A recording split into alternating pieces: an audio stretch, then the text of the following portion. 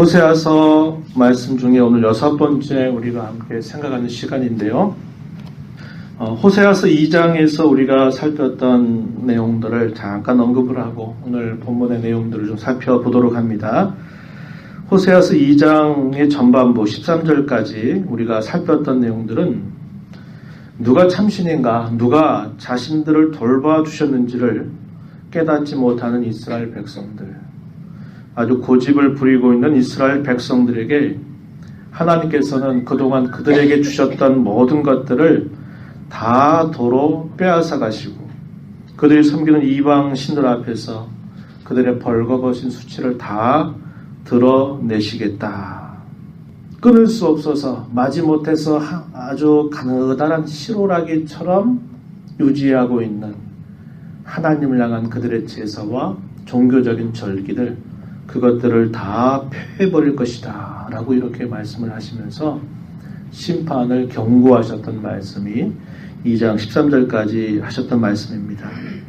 2장 14절부터 마지막 절까지는 이 심판 이후에 하나님의 약속이 주어지는데요. 그 약속의 내용은 신실하지 못한, 한결같지 못한 이스라엘 백성들을 다시 하나님께로 돌아오게 하시겠다라고 하는 약속을 주셨습니다.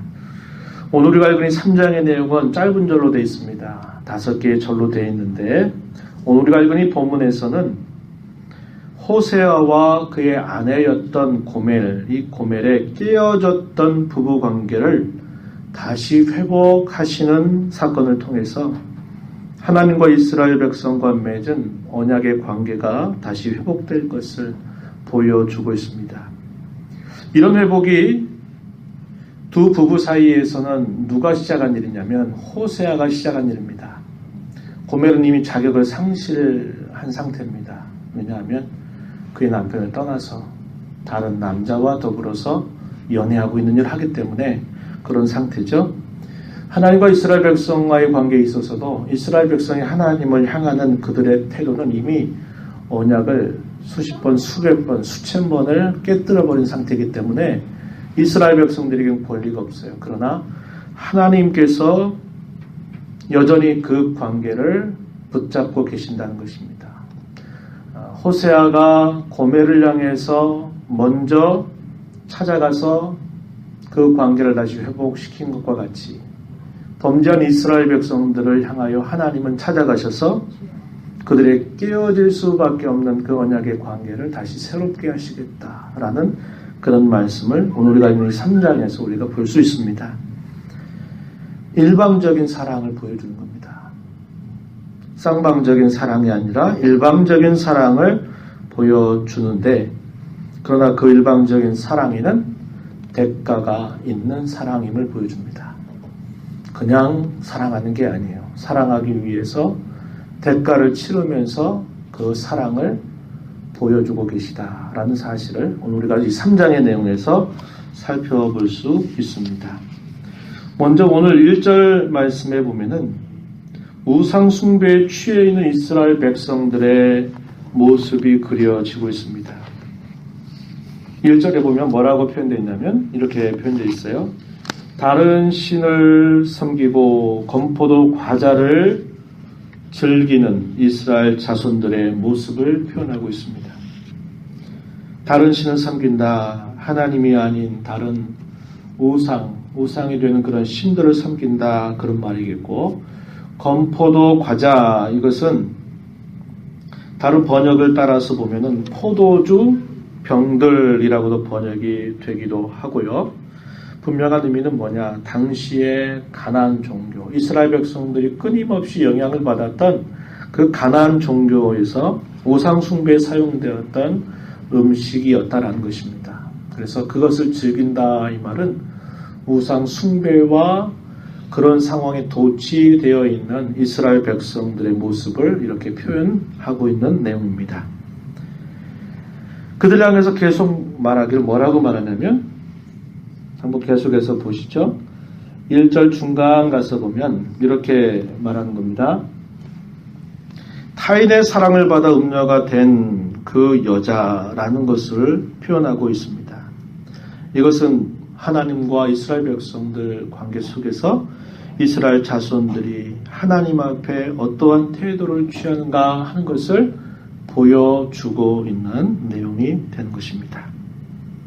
타인의 사랑을 받아 음녀가 됐다 이 말은 하나님을 떠나서 우상의 그런 신들에 도취돼서 그 신들에 빠져 있는 모습, 하나님을 떠나 있는 이스라엘의 모습을 보여주고 있는 내용이 되는 것입니다. 오늘 우리가 읽은 이 본문 속에서는 뭐라고 표현되어 있냐면 타인의 사랑을 받아 음녀가 된 그 여자 이렇게 표현되어 있죠. 그런데 실제로 성경을 정확하게 보면 그 여자가 아니라 한 여자입니다. 한 여자. 무엇 차이가 있냐고 물으신다면 이런 차이가 있는 거죠. 그 여자 그러면은 이미 정해져 있는 여자를 말하는 거죠. 실제적으로 의미상으로 봤을 때는 그 여자가 누구를 말해주나요? 호세아의 아내였던 고멜을 말합니다. 그래서 그 여자 이렇게 말하면 고멜이구나 우리는 알아차릴 수 있어요. 그런데 실제로 성경이 표현하고 있는 용어는 그 여자를 쓰는 게 아니라 한 여자라고 쓰고 있는 겁니다. 마치 많은 여자 중에서 한 여자를 뜻하는 그런 말로 표현하고 있다는 말이에요. 그런데 왜 오늘 우리가 읽은 본문 속에서는 그 여자로 표현했을까요? 2장 2절로 한번 가서 한번 보시면 앞에 가서요. 2장 2절 말씀. 자, 우리 함께 말씀을 한번 읽어봅니다. 호세아서 2장 2절.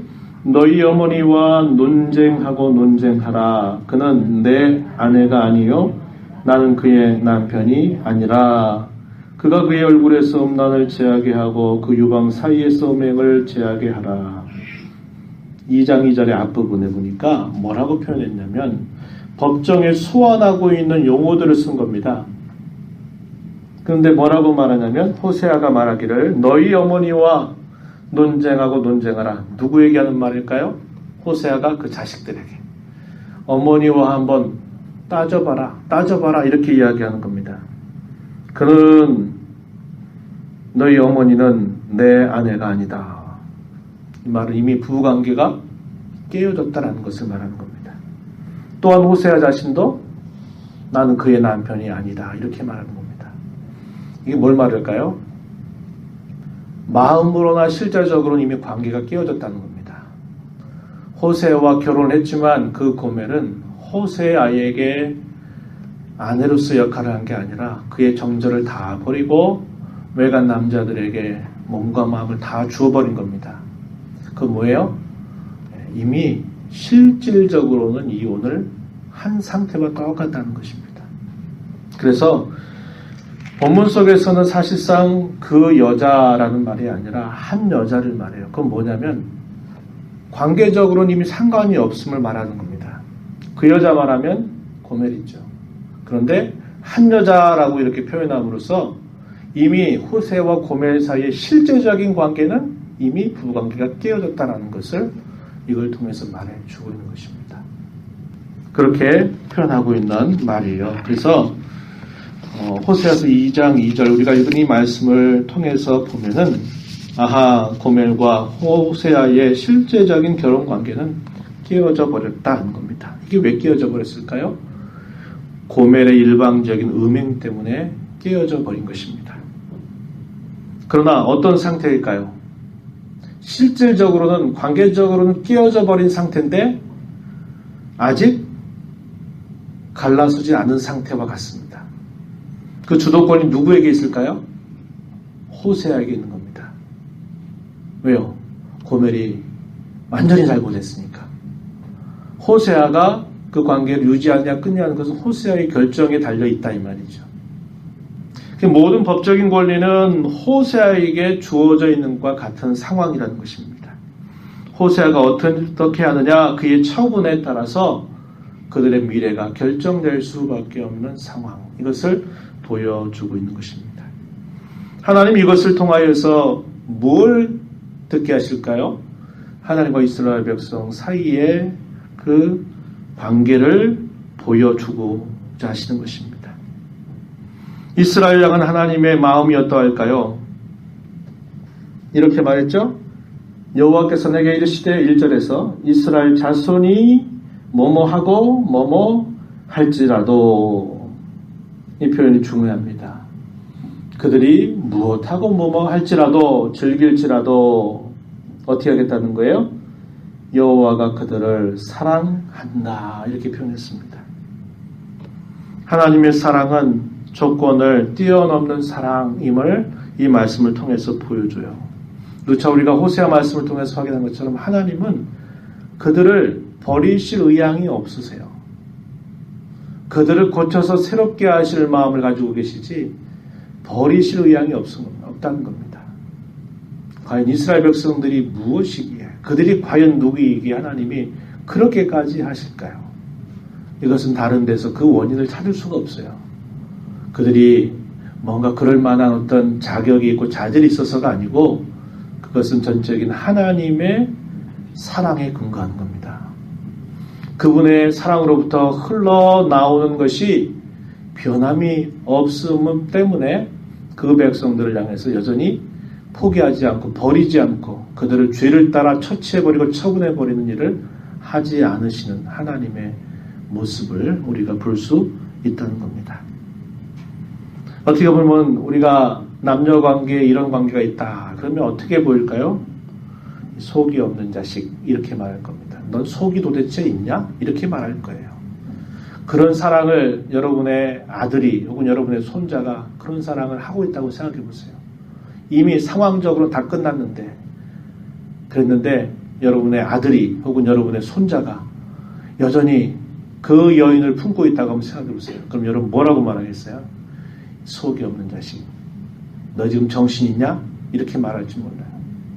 마치 그와 같다는 겁니다. 하나님께서 그 백성들 향한 사랑이 속이 없는 사랑 같아요.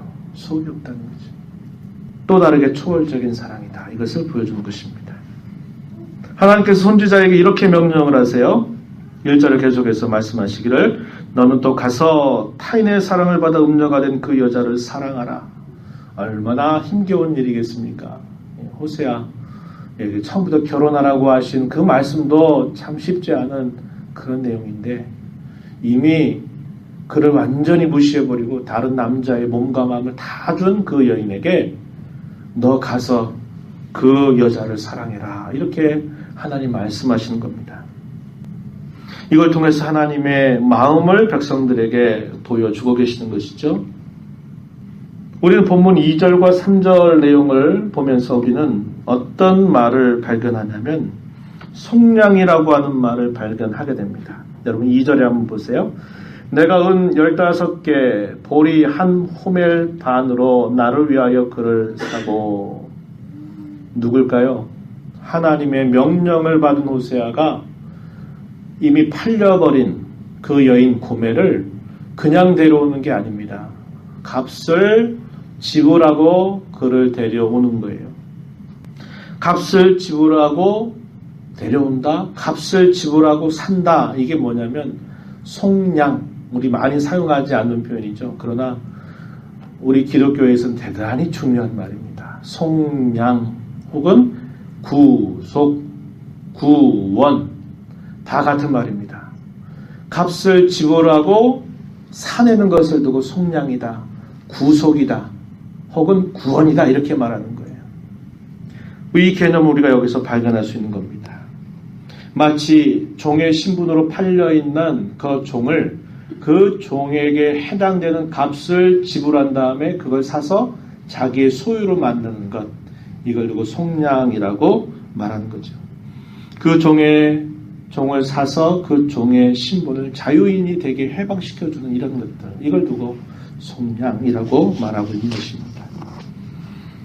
그 말씀은 신약 성경 가운데서 우리는 이 말씀을 기억나게 해줍니다. 고린도전서 6장 19절 20절 말씀에 보면 너희 몸은 너희가 하나님께로부터 받은 바 너희 가운데 계신 성령의 전인 줄을 알지 못하느냐. 너희는 너희 자신의 것이 아니라 값으로 산 것이 되었으니 그런즉 너희 몸으로 하나님께 영광을 돌리라. 너희는 너희 자신의 것이 아니다. 죄에 팔렸고 그 죄에 팔려서 죽어마땅한 그러한 저와 여러분을 하나님께서 값을 주시고 사내셔서 그분의 것이 되게 하셨다는 겁니다. 이걸 두고 속량이다, 구속이다 이렇게 말해요. 그래서 네 인생의 주인이 너 자신인 줄 알지 말고 너는 성령께서 거하시는 성령의 전인 줄 알고 너희 몸을 통해서 하나님께 영광을 돌려라 이렇게 가르쳐주고 있는 것이죠. 바로 그러한 내용을 우리에게 떠올려주고 있는 겁니다. 값을 지불하고 도로 사는 것입니다. 호세아는 하나님의 명령에 순종해서 구매를 사는데 그 값이 얼마나 되죠?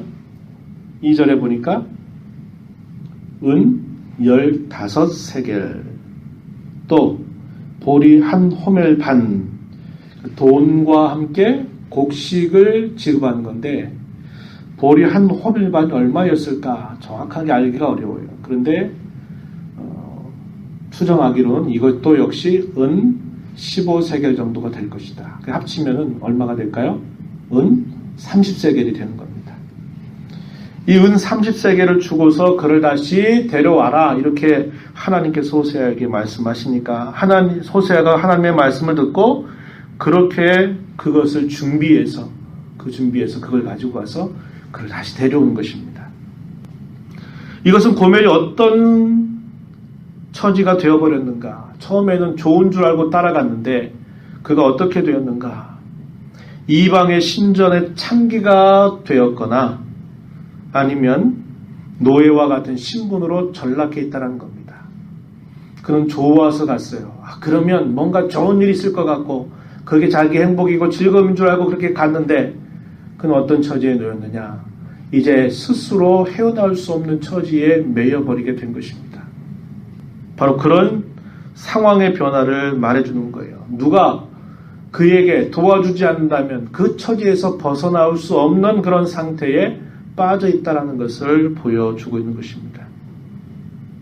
이것은 종의 목숨을 배상하는 값으로 구약 성경의 율법으로 정해져 있는 가격이었어요.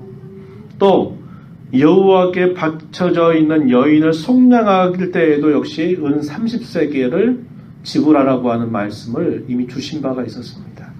확인해 보면 출애굽기 21장 32절 말씀에 이런 말씀이 있어요. 소가 만일 남종이나 여종을 받으면 그 소 임자가 은 30세겔을 그의 상전에게 줄 것이요 소는 돌로 쳐서 죽일지니라. 소가 만일 남종이나 여종을 받아서 이들을 죽게 만든다면 배상을 해야 되잖아요. 얼마를 배상하느냐? 은 30세겔을 배상하는 누구한테? 그 종의 주인에게. 그래서 당시에 그 노예에 해당된 그 값이 은 30세겔이었다는 것을 보여주고 있어요. 레위기 17장 3절과 4절 말씀에 보면은 또 이런 말씀이 우리가 있습니다. 내가 정한 값은 20살로부터 60살까지는 남자일 경우에 성소의 세겔로 은 50세겔을 주고 여자일 경우에는 그 값을 30세겔로 하도록 해라. 성전에 바쳐져 있는 여인을 되돌리고자 할 때 남자의 경우는 은 50세겔을 돌려주고 여자의 경우에는 은 30세겔을 돌려줘라. 이렇게 하는 율법의 규정이 있었다는 겁니다. 이 말이 무슨 말이에요? 고멜이라고 하는 여인을 그 노예의 신분, 그렇게 전락된 그 신분에 있는 그 여인에게 그 해당되는 값을 지불하고 그를 다시 내 아내로 맞아들이라는 거예요. 네 소유물처럼 여기지 말고 그 아내를 다시 사랑해라고 얘기하는 거예요. 그게 뭘까요? 값을 지불한, 대가 없는, 그냥 대가 없이 받아주는 것만도 힘든데 그를 데려오는데 그 값까지 마련해가지고 그를 다시 데려와야만 되니까 이게 얼마나 쉽지 않은 결정이겠습니까? 그러나 하나님의 말씀이고 하나님의 명령이기에 호세아는 순종한 것입니다. 그러고 난 다음에 호세아가 뭐라고 말하냐면 이렇게 말해요. 3절 앞부분에 가서 보면 이렇게 말합니다. 너는 많은 날 동안 나와 함께 지내고 음행하지 말며 다른 남자를 따르지 말라. 나도 너에게 그리할 것이다. 이렇게 이야기했다는 겁니다. 그 여인을 다시 값을 지불하고 데리고 와서 그 여인에게 앞으로는 그렇게 하지 말라고 이야기하는 것이죠. 나도 당신에게 나도 그렇게 할 것이니 그렇게 하지 말라고 이야기하는 겁니다. 이건 무슨 말이에요? 신앙적으로 이야기하면 뭡니까? 회개하고 근신의 삶을 살고 다시는 똑같은 그런 죄를 번복하지 말라고 하시는 하나님의 요청입니다. 왜요? 그분이 값을 지불하고 다시 그분의 것으로 삼아주셨기 때문에 그렇게 요구하는 것입니다. 나도 내게 그렇게 하리라 하는 이 말 속에는 한결같은 변함없는 그 사랑이 표현되고 있는 말이죠. 한결같은 사랑을 받는 자로서 한결같은 마음으로 응할 것을 요청하는 것입니다. 고멜에게 요청하는 거죠. 하나님께서 자기 백성된 이스라엘 백성들을 향해서 나는 너희를 한결같이 사랑한단다. 너희 또한 나와 같이 한결같은 마음으로 나를 좀 대해달라고 하나님이 요청하시는 말씀인 것입니다. 이것은 어떤 권리로 그렇게 하는 겁니까? 값을 지불하고 사는 자로서, 다시 말하면 구원자로서 혹은 구속자로서 요청하는 것입니다. 구약성경에 이걸 두고 고엘이라고 부릅니다. 히브리어로 고엘. 고엘이라고 하는 개념이 굉장히 중요해요. 물러주는 겁니다. 값을 물러주고 그것을 되돌려 그 신분을 회복시켜 주는 걸 두고 고엘이라고 그래요. 고엘. 보아스와 룻의 이야기 잘 기억하시죠? 룻에게 있어서 누가 고엘이 되느냐? 그냥 보아스가 고엘이 되는 겁니다. 그래서 그 나오미가 잃었던 모든 그 권리들을 다 회복해 주면서 아내로 맞이하는 일들을 우리가 룻기를 통해서 잘 기억하죠. 하나님이 그런 분으로 이스라엘 백성에게 이야기하고 있는 것입니다. 내가 너한테 그냥 너를 받아준 거 아니라 내가 너에게 너를 사기 위해서 대가를 지불했다. 이것을 이야기하면서 그러한 분으로서 요청하는 거예요. 다시는 그렇게 하지 말아라. 이렇게 말씀하시는 겁니다. 우리 하나님은 저와 여러분을 향해서 권리 주장을 하시는 분이에요. 어떤 권리를 주장하십니까? 나는 너를 지었다. 나는 너를 내 모태의 태중에 너를 조성했다. 너의 생명을 내가 이 땅에 갖게 하도록 했다. 우리를 지으신 창조주로서 우리에게 나는 너의 주인이야. 이렇게 요청하실 수 있는 겁니다. 그뿐만 아니에요. 그분은 우리를 건져내시기 위해서 대가를 지불하시고 우리를 구속하신 구속주로서 구원의 하나님으로서 우리에게 역시 또 권리를 주장하는 거예요. 어떤 권리? 너는 내 거다. 너는 나의 아내다. 내가 너를 버리지 않았다. 내가 너를 끝까지 포기하지 않는다. 이렇게 하시는 하나님의 요청입니다. 저와 여러분은 이런 이중적인 권리 주장 아래에 있습니다. 근데 그 권리가 우리를 속박하고 우리를 그야말로 얼검해가지고 우리를 종살이하라고 그렇게 부르신 겁니까? 아니잖아요.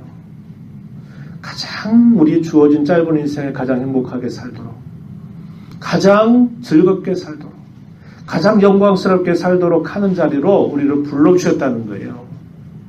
그래서 우리가 하나님의 이러한 요청을 거절할 이유가 없어요. 거절해서도 안 돼요.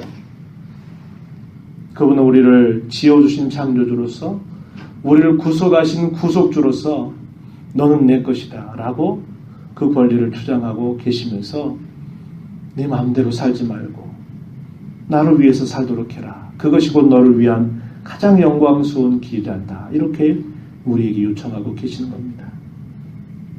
회복에 대한 약속이 본문 4절과 5절에서 표현되는데요. 기대할 수 있는 모든 것들을 다 없애버리겠다. 이렇게 말씀하시는 겁니다. 이스라엘 자손들이 많은 날 동안 왕도 없고 지도자도 없고 제사도 없고 주상도 없고 에봇도 없고 드라빔도 없이 지내게 될 것이라고 말씀하고 계십니다. 4절입니다. 왕이 없다. 지도자가 없다. 제사가 없다. 주상도 없다. 에봇, 드라빔도 없다. 이건 뭐냐면 그들에게 뭔가 돌아볼 수 있는 기간을 준다는 겁니다. 정화의 기간, 교정의 기간, 이런 기간을 많은 날 동안이라고 이렇게 표현한 겁니다. 나쁜 것이든 좋은 것이든 다 그것들을 너희가 기대하지 않도록 그런 것들을 내가 다 거둬갈 것이다라는 겁니다. 이게 뭘 말할까요? 이스라엘 백성들이 바빌론을 포로로 끌려가는 겁니다. 왕 없이 지내보는 겁니다. 거기에서 그동안 그토록 드려왔던 그 제사나 종교적인 절기 안 할 수는 없고 마지못해서 하긴 해야 되는 거죠. 마지막 시로라기 같은 끈을 끊어버릴 수는 없으니까 하는 겁니다. 그렇게 지겨워했지? 하고 싶지 않은 거 그렇게 억지로 했지? 그래, 그거 없이 좀 지내봐라. 이렇게 하는 겁니다. 그래서 그들이 바벨론에 끌려가면서 그발 강가에다가 그들이 성전에서 노래하고 악기했던 그 모든 악기들을 다 거기다가 걸어버리는 거예요. 그리고 하염없이 눈물을 흘립니다. 왜 그때 우리가 그렇게 못했던 거? 이 악기들이 무슨 소용이 있단 말인가? 그러면서 그 강가에 두는 거죠. 이방인들은 조롱합니다. 야, 그 악기 가지고 한번 우리 신전에서 한번 노래해봐. 한번 좀 연주해봐. 얼마나 잘하는지 한번 해봐. 흥을 좀 돋아봐. 그 말을 들으니 더 헤엄없이 눈물이 솟아나는 겁니다. 왜 그 수많은 시간들, 그 행복한 시간들, 값진 시간들을 왜 그렇게 아이고 지겨워서 아유 안 할 수는 없으니까 시로라기 같은 끈이라도 유지해야 되니까 마음은 딴 데 있으면서 억지로 했던 것들을 하나님이 다 없도록 해버리신 거예요. 그래 한번 너희 하고 싶은 대로 그렇게 해봐라. 70년 세월 그렇게 해본 겁니다. 이 기간이 무슨 기간이에요? 교정의 기간입니다. 정화의 기간이에요. 그런 기간으로 하나님이 이렇게 말씀을 하시는 것입니다. 그러나 그것이 끝이 아니에요. 하나님은 뭐라고 말씀하세요? 그 후에 5절입니다. 이스라엘 자손이 돌아와서 그들의 하나님 여호와와 그들의 왕 다윗을 찾고 마지막 날에는 여호와와 그의 은총으로 나아갈 것이라고 이렇게 말씀하고 계십니다. 하나님만이 그들의 진정한 소망이 되심을 가르쳐 주고 있는 말씀이에요. 여기서 다윗이 누구겠습니까? 그들이 돌아와서 여호와와 그들의 왕 다윗을 찾게 될 것이다. 이렇게 말하죠. 근데 여러분 역사적으로 어떻게 됐습니까? 이 당시에로부터 200년 전에 이미 이스라엘 나라는 갈라져 버렸어요. 분열됐습니다. 그래서 남쪽에는 유다 나라. 유다가 어떤 역할을 하냐면 다윗의 그 자손들로 그 신앙을 이어가는 자손들이고 그리고 10지파를 중심으로 해가지고 북쪽 이스라엘 나라가 만들었을 때는 그들은 이 다윗의 혈통으로부터 사실은 분리돼 버린 겁니다. 그래서 북이스라엘 나라로 갈라진 거예요. 200년 전에. 그런데 이거 뭐라고 말해요? 너희가 다윗 왕을 찾게 될 것이다 이렇게 말합니다. 다윗은 이미 떠나간 인물이에요. 뭘 말할까요? 메시아를 말하는 겁니다. 하나님의 아들로 오실 그 메시아를 다윗이라고 하는 말을 통해서 예언하고 있는 그런 말씀의 내용입니다. 그래서 그때에 이 갈라졌던 이 나라가 다시 하나의 나라를 이룰 것을 이야기하는 거예요. 이것은 실제적으로 역사적으로 그렇게 성취된 내용이 아니었어요. 어떻게 성취가 됩니까? 의미적으로 성취가 되는 거예요. 무슨 말이냐면 실제로 혈통적인 이스라엘 나라로 하나의 통일된 나라로 이루어지는 게 아니라 예수님 안에서 새로운 이스라엘로 그들이 만들어질 것, 조성될 것을 이야기하고 있는 말씀이라는 겁니다. 근데 실제로 예수님 당시에 수많은 이스라엘 사람들은 뭐라고 그랬어요? 우리가 아브라함의 자손이다 이렇게 생각했어요. 혈통적으로 우리가 아브라함의 자손으로 우리가 이 땅에 지금 있다. 메시아는 우리를 위해서만 이 땅에 오실 거다 이렇게 생각했어요. 그런데 예수님보다 먼저 6개월 먼저 왔던 누가 있습니까? 세례자 요한은 뭐라고 말해요? 아브라함의 자손인 줄 알고 만족해하지 마라. 이렇게 얘기하죠. 하나님은 이 돌들로도 능히 아브라함의 자손이 되게 하실 수 있다.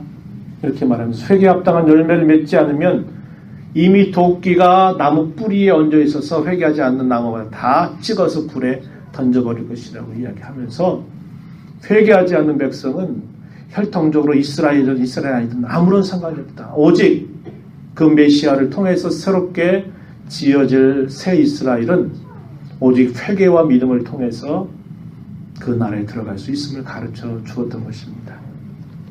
오늘 이 말씀 우리가 읽었어요. 그러니까 이 말씀 보면서 두 가지 정도로 적용하며 말씀을 막 맺고자 하는데요. 하나님이 저와 여러분을 어떻게 사랑하셨는가를 돌아보자는 겁니다. 음녀와 같은 저와 여러분을 하나님은 한결같이 사랑하시는 분임을 우리는 알게 되는 겁니다. 왜 음녀와 같다고 말합니까? 거룩하게 살려고 하고 애를 쓰고 또 이렇게 귀한 자리에 나와 있는데 왜 음녀 같다고 말합니까? 하나님은 어떤 분이세요? 질투하시는 하나님이시다 이렇게 말합니다. 우리 인간이 하는 질투와 같은 그런 질투가 아니라 하나님은 저와 여러분의 온전한 사랑을 원하시는 분이에요. 어느 정도 하나님을 바라보고 어느 정도 하나님을 찾으면 그래 그 정도만 해도 잘하고 있다 이렇게 하나님 만족하실 수 없는 분이에요. 그분이 저와 여러분을 향해서 사랑하는 그 사랑이 온전한 사랑인 것처럼 우리의 모든 사랑이 하나님을 향해 집중하기를 하나님은 원하시는 겁니다. 거기로부터 벗어난 것들은 다 음녀와 같은 그런 행실이 되고 마는 것입니다. 그래서 여러분 하나님이 저와 여러분을 사랑하는데 그냥 사랑한 거 아니라고 그랬어요. 어떤 사랑이에요? 그의 사랑하는 아들을 하나님 자신이 저주에서 죽게 만드는 그 죽음을 대신하는 일을 통해서 그 대가를 지불하고 우리를 건져주신 거예요. 속량하신 거라는 겁니다. 그 사랑을 우리는 기억해야 돼요. 그분은 우리에게 권리 주장을 하십니다. 나는 너를 지었을 뿐만 아니라 나는 너를 구속했다. 너는 내 거다. 이렇게 말씀하세요. 이것은 한편으로 우리를 향한 하나님의 사랑이 얼마나 깊은가를 이야기합니다. 만물보다 크신 하나님이 그분의 소유를 붙잡으시니 누가 하나님의 손에서 누가 빼앗을 수 있겠습니까? 사망도 뺏을 수 없고 사탄도 뺏을 수 없고 환난이나 기근이나 적신이나 위험이나 칼 그 어떤 것도 하나님의 손에서 뺏을 수 없도록 하나님 지켜주신다는 거예요. 또 한편 뭘 요구할까요? 우리의 짧은 인생을 살면서 이 악한 때를 살면서 세월을 아껴서 어떻게 살라는 겁니까? 하나님을 바라보고 그분으로 만족하고 그분의 영광을 위해서 살아갈 것을 우리에게 요구하시고 계시다는 사실이에요. 이것을 우리가 회피할 수 있는 어떤 근거도 아무것도 없어요. 그래서 우리는 하나님 앞에 다시 한번 우리의 마음이 하나님만을 바라보고 있는가? 하나님만 온전히 향하고 있는가? 내 마음이 다른 것에 늘 빼앗기고 내가 그분에게 그저 찌꺼기 같은 시간, 그저 찌꺼기 같은 어떤 우리의 모습을 그저 건네주는 것으로 뭔가 하고 있다고 생각하고 있다면 그건 하나님의 사랑을 우리가 대단히 무시하는 것이 될 것입니다. 또 하나는 속량받은 자로서 우리의 삶을 역시 같은 맥락이지만 거룩한 삶을 살도록 힘써야 된다는 겁니다. 하나님이 저와 여러분을 향해서 변함없이 한결같이 신실하신 것처럼 저희 또한 하나님을 향해서 언제나 한결같은 마음, 언제나 신실한 그런 마음가짐을 갖고 살자는 겁니다. 거기에는 예배도 포함될 수 있고 우리가 주를 위해서 무엇인가를 하는 그 모든 것들이 다 거기에 포함될 수 있는 것입니다. 상황에 따라 움직이지 마세요. 그러지 마세요. 2018년도 이제 둘째 주간을 맞았는데 상황에 흔들리지 마세요. 누가 나이가 어땠다. 내가 무슨 말을 들었다. 어떤 일이 생겼다. 흔들리지 마세요. 주님께 향하세요. 주님께. 그것을 한 해 동안 올곧게 붙잡으려고 도움을 구하면서 전진해 보세요. 하나님이 멀리 계신 분 아닙니다. 숨어 계신 분 아니에요. 하나님은 우리 곁에 가까이 계시고 그분은 자신이 어떠하심을 나타내시는 분이지 우리가 느끼기에 하나님 멀리 계신 것 같고 하나님 숨어 계시는 것처럼 보일 뿐이에요. 그렇게 살아보세요.